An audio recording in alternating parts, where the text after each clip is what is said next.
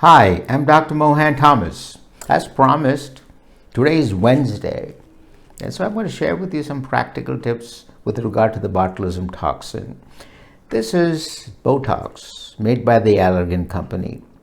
There's 100 units in here, so if I add 5 ml of normal saline, I get 2 units per zero point 0.1 ml. If I add 2.5 ml of normal saline, I'll get 4 units per 0.1 ml. Okay.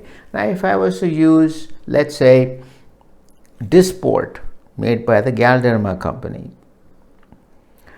120 units of Botox is equal to 300 units of Dysport. So you can figure it out.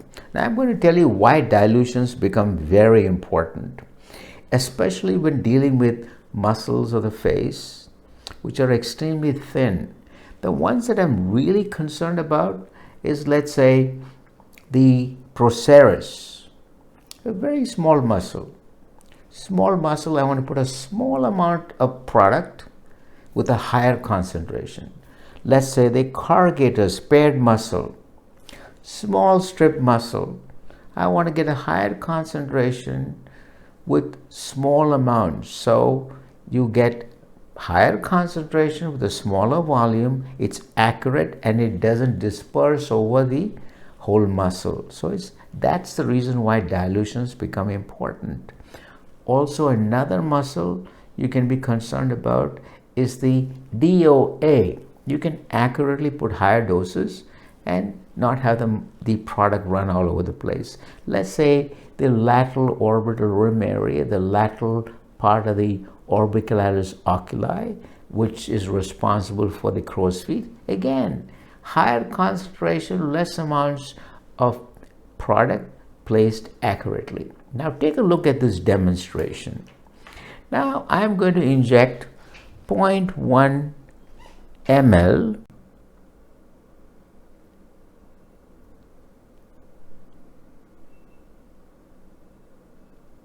See, with the smaller syringe, you can give different volumes. Okay, see here, you can control it. You can put down, let's say you want to put down 0.1.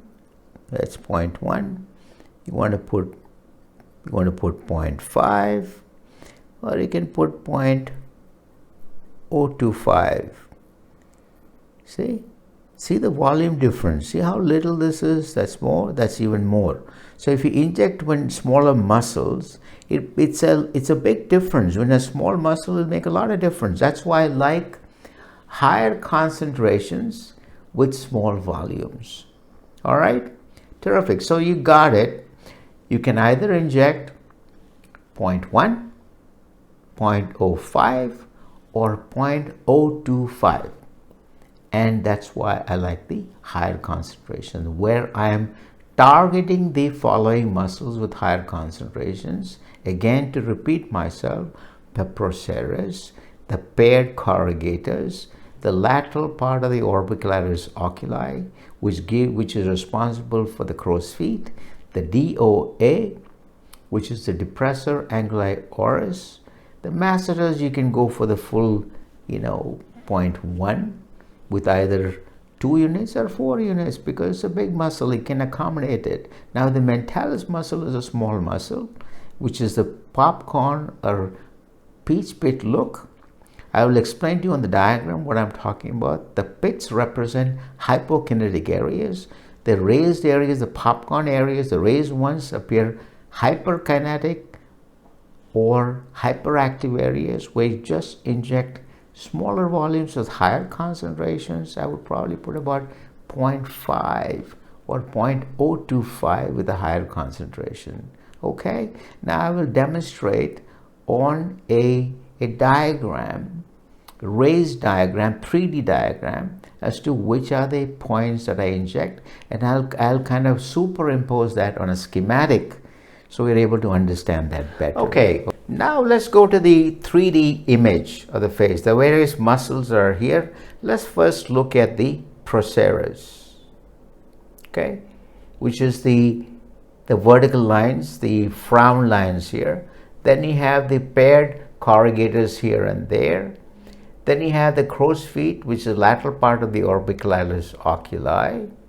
So if I was to go here, the points I would inject is 1 point here, procerus. I injected 5 points on the corrugators, 1, 2, 3, 4, which is a point of elevation. I want to have a slight elevation of the brow, so that's point 4. Point 5 is the tail of the brow. So again, 5 points. So if I look at the entire brow area, I have 11 points. 1 in the middle, 1 by the head, 1 in the middle, point 3.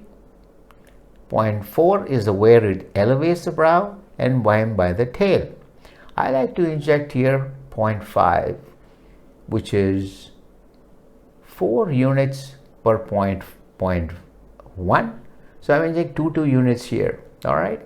Now let's go to lower down here, bunny lines. Bunny lines are down here. I do the same thing. I put a higher concentration. Just put 0.5 here. Great. Then I'll go to the, let's go to the DAOs, which is down here. I'll just inject somewhere around here about 2 units, which is 0.5. Be very careful here, because I have made mistakes and I'm trying to make sure you don't make the mistakes. You see here, this is the orbicularis oculi. If you're too high here, you bag one of these muscle fibers here, and the stronger orbicularis oris will pull it towards this side, and you'll have an asymmetry of the lip. The only way to fix that is make this side weaker, so you balance it out. The most important thing is not to have that in the first place. That's important. Then you come to, this is the mentalis. So this is the peach pit appearance, or the popcorn. These points represent the depressions. The area in between are raise points. So the raise areas I will inject 0.5, 2 units, or even 0.025, which is 1 unit in these areas, and that will smoothen out the chin. Now, what I'm about to say is very, very important. Masseter. So how is the masseter outlined? It's outlined by the lower border of the mandible. Anterior edge of the masseter is felt here. Superiorly by the the zygomatic arch. Laterally by the tragus, or the pretragal area. If I was to transfer it here, so I have the zygomatic arch, anterior part of the masseter muscle, inferior border of the mandible. This is the line in front of the tragus. What I do is I make sure I'm 1 centimeter behind that, because sometimes the buccal branches run here, and if you bag one of them, you will bag the upper lip, and that will not be pleasant for you. You know, we cannot reverse the action of botulism toxin. Somebody's going to walk around with a depressed lip, and you will have a tough time. You hope that the patient moves to Mars, and that's not possible. All right, so be careful. So I go 1 centimeter or 1 finger breadth behind the anterior border of the masseter, 1 centimeter or 1 finger breadth below zygomatic arch, 1 finger breadth or 1 centimeter in front of the tragus of the ear, and 1 centimeter or 1 finger breadth above the mandible. Okay, that keeps you safe. You don't want the bag or this to trickle down the marginal mandibular nerve and have a palsy of the lower lip. So here you have a sort of a rectangle, and then I use a 5-point technique. I put 0.2 here. Here it doesn't matter. You can have dilution of 2 units per 0.1. So 1 point here, 1 point there, 1 point here, which is 2 units, 2 units here, 2 units there, or you can use 4 units. It doesn't matter. Do whatever dilution you want. Another technique I'll show you. I never inject freehand, because you will end up hitting bone. I always hold the muscle in my hand. I take the syringe in between my fingers. I go in up here on the corrugators. I go in about 3 mm max. Same thing with the procerus. I go in about 2-3 millimeters max. On the DAOs, again about 2-3 millimeters. That's the maximum I'll go. Chin area is the same thing.